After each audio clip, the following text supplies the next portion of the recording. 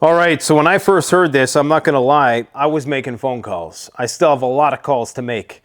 North Korea claims to have tested an underwater nuclear weapons system. An underwater nuclear weapons system. What do they mean by that? And why did this test happen during the flyover of the demarcation line? Skirting that demarcation line was a B-1 American bomber escorted by South Korean and Japanese fighter jets. Why did these things just happen to coincide? This is a massive intensification of hostilities. Most people are completely oblivious to this. If you're paying attention, all I can say is this. Every day from here on in is at a premium. This is the final phase of the peacetime preparedness, because this event reinvigorated my appreciation for this peacetime prepping. And I'm going to talk about what I mean by that after I explain exactly what went on. The other headlines: NATO is amassing a force of nearly 100,000 troops in the direction of Belarus and Ukraine in the next few years. Oh, actually, I mean the next few weeks. Now, why would they be doing such a large military exercise when, proportionally speaking, the last time they did an exercise of this scale, NATO had a much larger army? Back in 1980, when NATO conducted an exercise of this caliber, they had a massive force, okay? That force is withered on the vine 40 years later, and it is a shadow of what it used to be. So why are they moving 100,000 troops with all the gadgets into position in the next few weeks? I'm going to talk about why in just a moment. We also have to talk about what's been going on inside of Russia. Most people in the world have no idea that in the last 24 hours, an oil refinery in St. Petersburg was bombed. A drone armed with a warhead that bombed the St. Petersburg oil facility flew over Vladimir Putin's house. That there was a multi-billion-dollar polyester facility set alight in Rostov. That electrical facilities have been sabotaged left and right ever since the beginning of the year. In fact, ever since the beginning of 2023. And herein lies the problem. What you're seeing right now, and if you don't watch anything else after this, I don't care. You have to understand this. When the war first started, public interest between Ukraine and Russia was up here, okay? The threat of nuclear escalation at that point in time, in hindsight, was much lower than it was today. Now, since that time, public interest in the conflict has been reduced substantially, but the actual intensification of the fighting is way up here, okay? Never throughout the Cold War were bombs going off in Moscow, or St. Petersburg, for that matter, or bombs flying over Vladimir Putin's house, or on a daily basis, drones, for all we know, being guided by NATO reconnaissance planes along the Baltic states, for all we know, or Starlink satellites, are flying deep inside Moscow, targeting critical infrastructure and possibly nuclear facilities, and possibly doing probing operations for a decapitation strike. Never before has that happened, but now public interest is at an all-time low. What was abnormal and terrifying yesterday is just normal today. And so that means that the war continues to escalate and people remain oblivious to the risk, to the threats. That's a recipe for disaster, if there ever was one. Perhaps that is why the Norwegian government has sent out to its citizens a memo reminding them of what's going to happen when the war starts. And that is that the government's going to expropriate their shit when it all goes down. And if you think it's just the Norwegians who have to worry about that, I would encourage you to look into the Emergency Measures and War Powers Act of your country, because the same holds true in Canada, for sure, and it varies from province to province. But yeah, they can come in, they can commandeer, they can expropriate whatever they need for the purpose of war. And this is the greatest prepping fear. It's not dealing with Mad Max anarchy in the wasteland. And I just had a conversation with another prepper today. We're going to release that video very soon, where we were talking about how We fear the centralization and the tyranny and the dystopia that emerges from that far more than the wasteland. I'll roll the dice in the wasteland any day. But if you're talking about going up against the biggest gang of jackboot thugs on the planet, i.e. the government, count me out. But that's what we're going to be facing, guys. So you have to have a plan. It's what nobody wants to think about because it's the hardest thing to try to strategize for. Netanyahu let the cat out of the bag today.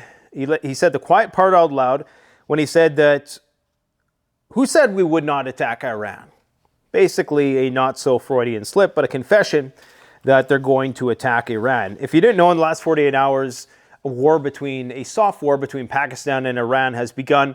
However, I think there's a lot more to the story than meets the eye. Iran is truly trying to downplay the whole incident, whereas Pakistan is seemingly making these public statements almost as if they want to escalate it. The problem is that Pakistan gets their weapons from China, okay? And China has a vested interest in Iran and Iran's oil. So if Pakistan gets out of line with their nuclear weapons, of course, China's going to step in and be like, hey, you want those weapons? We got to keep this oil flowing. You need to back off. We're going to talk about how this geopolitical game of chess happening all around the world, it's all interconnected. Okay, these guys are all coordinating. The North Koreans, the Iranians, the Russians, the Chinese, they're all working in concert, just like our side is working in concert. And I hate saying our side because I'm a human being, I'm of the human race, but unfortunately, they force us to take a side, which is terrible, terrible, terrible. We also need to talk about anonymity and why it's so important. But first, we need to talk about this North Korean nuclear weapons test, so-called nuclear weapons test. Now, when I first heard about this, I'm like, wait a minute. Everybody is broadcasting this as a nuclear weapon systems test, which is somewhat misleading. Because, of course, people are going to presume that that means that a nuclear weapons test was conducted.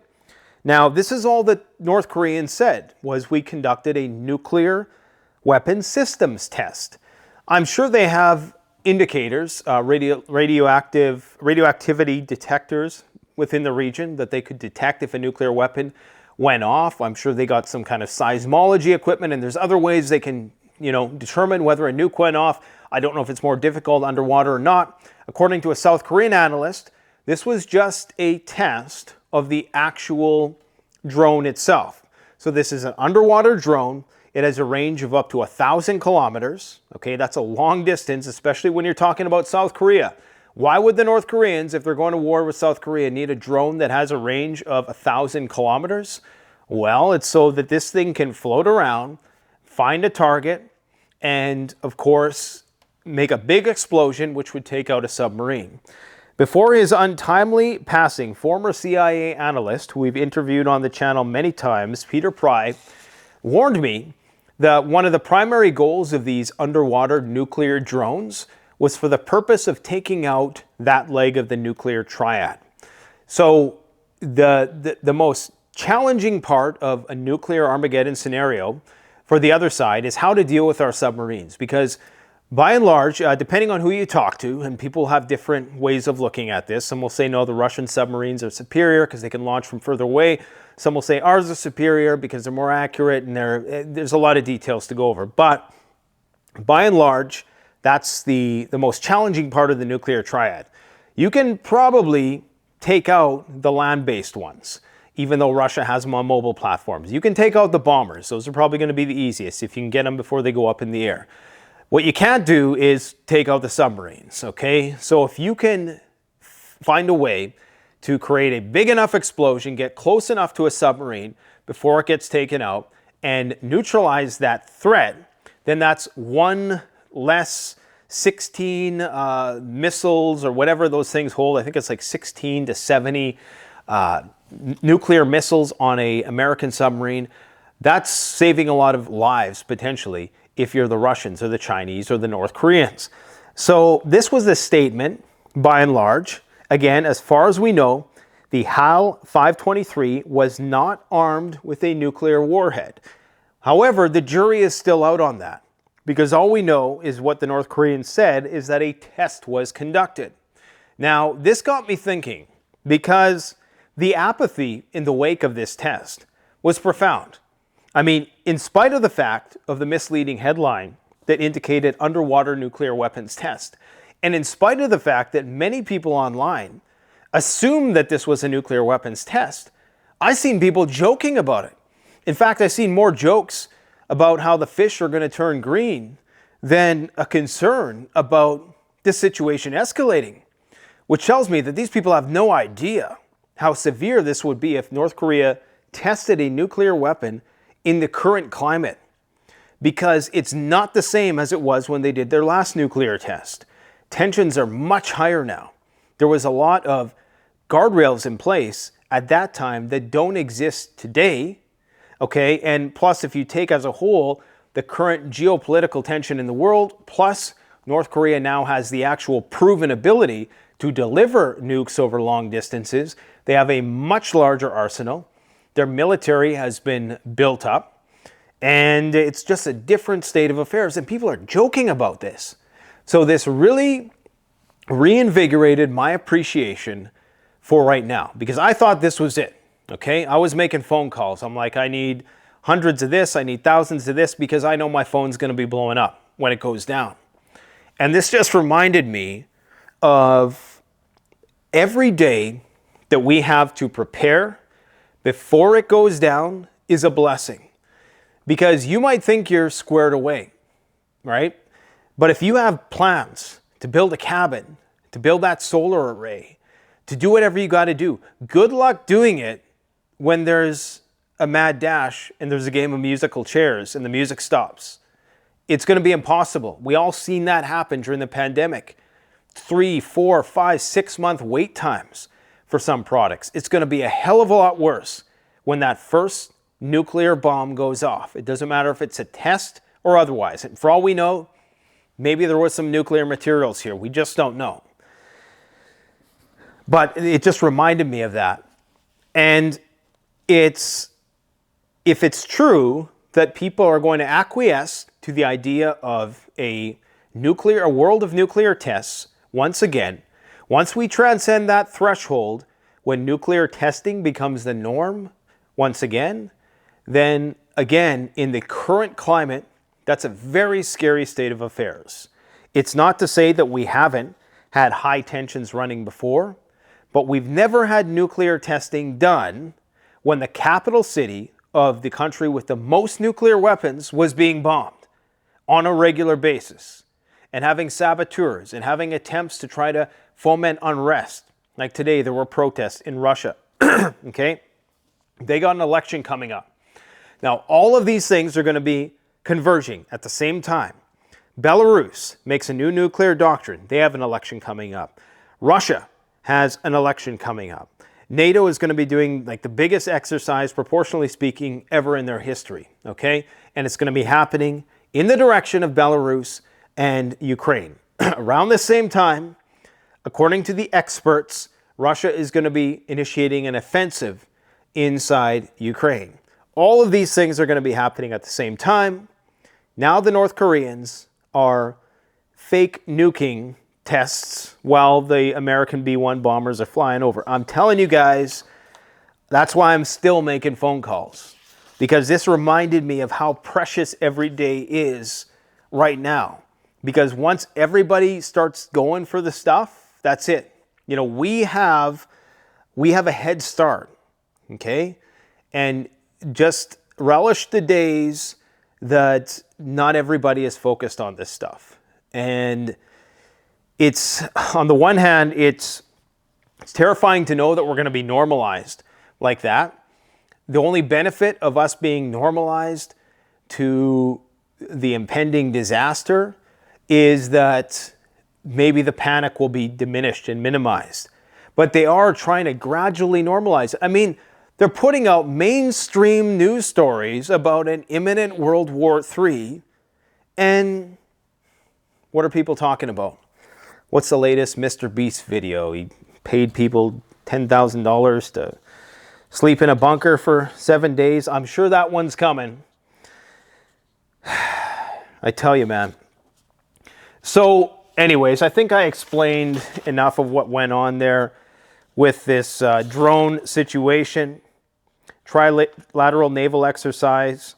So we are definitely provoking the North Koreans on a day-to-day basis. And remember, they got nothing better to do because they're isolated from the planet than dig, dig, dig. They're going to dig deep. I wouldn't be surprised if they got whole underground cities. Where else can you go? So the oil depot in St. Petersburg. The reason why that's so significant, I think, it's not the first time it's happened. Now you have Finland as a member of Nato, but you also have the capability of these drones to be directed via the assistance of the Baltic states. Because the drone can, it can fly along maybe the Russian border, and they can fly along the border with the Baltics, and maybe they're using some planes or reconnaissance tools to survey and suss out the area. These are probing operations for a possible decapitation strike, I believe. I think this is a contingency plan of NATO. How could you not be enticed by this prospect? You get your 100,000 troops that you know wouldn't last a minute in terms of a high-intensity trench-type war. I mean, that's going to maybe get you a few months at best. So this NATO combat readiness force, as a means of actually going to war with the Russians, that's nonsense. Complete nonsense. Unless they do a military draft, they're never going to be serious about confronting the Russians head on. And let's get with reality here. If the Russians go to war with NATO, nuclear weapons are flying everywhere. However, it could start off utilizing low yield. And I know a lot of people think the escalation ladder is going to be fast, but not necessarily. But I think that this force that they're amassing, you got to think of how, when you have control over everything and there's something that you don't have control over yet, that's very enticing, especially if they can potentially buy the US empire a few more decades by nixing the Chinese energy source, okay? China is going to be fueled by Russia for many decades to come. Throughout the peak of the Chinese empire, possibly here in the 21st century, they're going to be fueled by Russian oil, possibly Middle Eastern oil, because oil ain't going anywhere for a long time. It's only going sky high, in my personal opinion. And how tempting would it be to get rid of that altogether at the expense of maybe losing a few million people due to a few nuclear detonations? But if you can stomp it out, if you can forward deploy all of those stealth nuclear delivery systems like they are doing with Finland, and that's the whole point of that, sealing off the borders. I mean, it's happening right before our eyes. The dollar is about to crash. You got to do something. Think of how tempting that is. And if I'm thinking about it, you don't think the most hawkish people in Washington and the Pentagon, I mean, you don't think this, if Lindsey Graham is talking about doing all this crazy stuff, you don't think they've went a step further behind the scenes? If he's saying that in front of the camera, that he wants to take out Putin and, start attacking Moscow, what do you think they're actually talking about behind the scenes? Okay? So I am very concerned that we could see some real serious shit go down in the not so distant future. And by not so distant future, I mean this culmination of activity in the next 8 weeks. The government is going to expropriate Norwegian belongings. Do you own an important vehicle, building, or a small vessel? Then you might be asked to contribute to national preparedness. On January 19th, the Norwegian Armed Forces will send a digital message to car owners in Norway about the prepared requisition of vehicles. From 2024, resources other than vehicles will also be included in the scheme. So apparently this is a regular thing. They remind people regularly, yeah, we're going to take your shit, so just keep collecting stuff, but just know when push comes to shove, we know we've taken all your guns away, right? Now we're going to take the rest of your stuff away, then we're going to give you your gun back, but the catch is you got to go and die in someone else's country. From 2024, resources other than vehicles will be included in the scheme, writes the Norwegian Defense Forces in a press release. Yay! We so excite! You know what, guys? Just keep on gearing up. Keep on prepping. If you want to build a cabin, if you want to build a solar system, if you want to build that rain catchment system, do what you got to do now. Okay? This is where, you know, they say millionaires are made in the off season, like in recessions, because that's when they invest in the right things. When there's this, and I'm not even saying it's not calm at all right now, but relative to what's going on in the world, the markets are eerily non-reflective of reality. So this is an opportunity to lock it in. So I'm locking it in, even though there is, relatively speaking, an abundance of supply of certain things. There's a bit of a glut because of that bullwhip effect of the response to the supply shortfall in the pandemic. I'm stocking up because I'm very, very confident that I will have absolutely no problem, you know, liquidating everything when the day comes. It's just going to be like that because that's how it always is. Nobody cares until everybody cares, and then it's too frickin' late. Netanyahu said the following, and if you didn't know, Pakistan and Iran are doing a little something. Who said we will not attack Iran? We will attack. Iran is the head of the octopus. Weren't they grilling, what's her face, Greta, for talking about octopuses or something? Or how do you say plural octopus? Octopuses? Octopi? I don't know. Everything you see from the Houthis, you see the arms around everything you see from the Houthis to Hezbollah to Hamas, Iran is behind it. Now, I have to agree in some respects, because you're looking at the moves that are being made, okay? And these are all like force posture deterrence.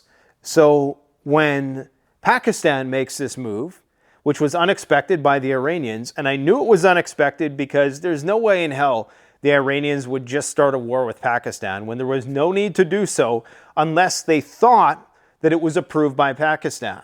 So I think what happened was somebody told them, someone was trying to loop them in to get into some kind of conflict with Pakistan, and it worked because Pakistan officially came out and condemned the act, mobilized forces towards the border, just like the Iranians continue to mobilize forces towards that border as we speak. But the problem is the Chinese. The Chinese, I don't think, are going to allow the Pakistanis with those weapons to target the Iranians.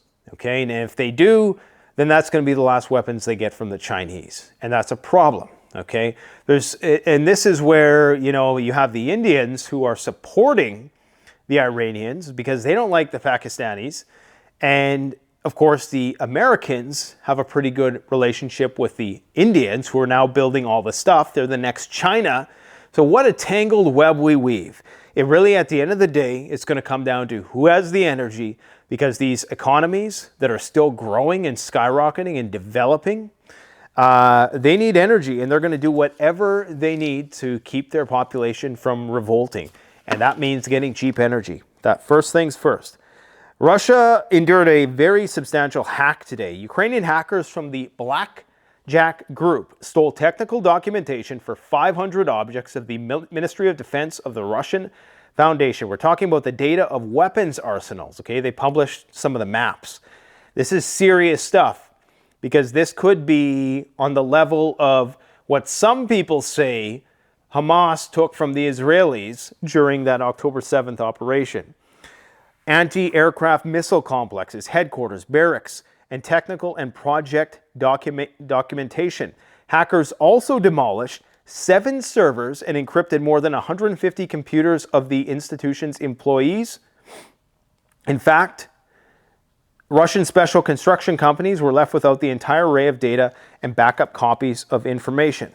Again, the more Russia has its back pushed up against the wall, the closer we get to that fateful day. And it's coming. I guarantee you. And it's only going to take one nuke.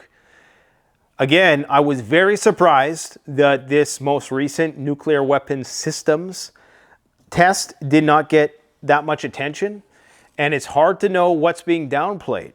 Like, for instance, today, and now it's just another day, an American Reaper drone got shot down. Okay, $30 million drone, I believe, or something like that, was shot down in Iraq. They're not talking about that because we're losing. And that's the problem, is they're not going to tell you when we're losing. They're only going to tell you when we're winning. And so that gives you a false sense of what's really going on. The fog of war is very thick. Now, I wanted to talk about the importance of anonymity today, but I'm going to save that for a future video because it deserves its own video. I have a lot of, I think, unique insights to share with you with respect to that. I would encourage you guys, stock up on your freeze-dried food. Wholesale freeze-dried food, military supplier, the best food in the industry in terms of freeze-drying. Them and NutriStore, Peak Refuel, Mountain House, these are the best companies. But with these guys, you get 15% off utilizing coupon code Canadian Prepper. I had a talk with the owner and I told him, look, you probably should stop the 15% off thing, and not because I don't want people to get a deal, but at some point, you know, just cherish the days when you can still do that. Because there's going to come a point this year where the guy's not going to be able to hold enough inventory. And people are going to come back to this video and they're going to be like, damn, I had an opportunity to get in when it was relatively cheap. The same thing goes with Jace Medical. Okay, so there's medical supplies shortages all around the world right now. And I'm not entirely sure why, to be exact, unless there is some government stockpiling going on. And that is something you would probably see. I know for a fact that there are medical supply shortages in many countries right now. And there shouldn't be, because, you know, unless maybe more people are getting sick, which might be the case, you know, but I still think something else is going on. I think that there is, if you didn't know, there's a strategic medical stockpile in the United States. There are warehouses throughout the United States, this is open source intelligence, where they're hidden, they're made to look like, you know, normal warehouses. You would never know what's inside them for the purpose of just concealing them. And if they did have to get these to the appropriate places during an SHTF event, they don't want them to be targets, but they don't want them to be ransacked and pose a security risk. So these are constantly being stockpiled, replenished, but it's not only the United States who is doing this now. It is everybody in the world. Maybe it's Jace Medical who's the fault, and if you don't know what Jace Medical does, you can get all sorts of things, antibiotics, EpiPens, things that you just simply could not get if the shit hit the fan. The thing I want them to get is some sort of local anesthetic, some sort of freezing agent, because I think that if you ever had to pull a tooth, and I'm not always consult with a physician, guys, but, you know, let's face it, there aren't going to be many doctors if the worst happens. That's why you got to get the Survival Medicine Handbook. I got one of those right here. This is the Bible when it comes to medicine. This is a book which is made to, most first aid books are for the purpose of helping you out just until help arrives. What if help isn't coming? That's when you need a portable doctor, and that's what this book is, okay? You pair that with your more advanced types of medication that you require a prescription. Very easy to do. You call up the doc on the phone, you text them or whatever. It's a super simple process. Actually, you don't even have to call them. They call you or they text you and they say, what do you need? They do the whole diagnostic check and they make sure they do a background. It's 100% legal, and you can get up to 800 medications. Most importantly is antibiotics. Now, it's not something you ever want to abuse, and you should always consult with a physician when you possibly can. But we were the first to work with Jace to bring this product to the masses, because this is a hard conversation to have. It's an awkward one to have, right? I want to go to my doctor and I want to prepare for, you know, SHTF. Can you help me out with more medications? Now, the senior doctor on their team, Sean Rowland, told me that this is, what they're seeing is that more people are approaching them in their private practice to have these conversations. and people are less reluctant since the pandemic, but there's still that stigma there.